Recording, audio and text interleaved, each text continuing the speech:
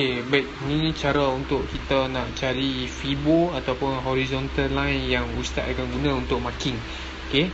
So, pergi dekat sini pergi dekat chart. Firstly kita pergi dekat chart, lepas tu pergi dekat atas ni. Nampak ada yang ada 3 segi, ada bulat, ada petak ni. So, klik dekat sini. So, dekat sini dia dah nampak ni.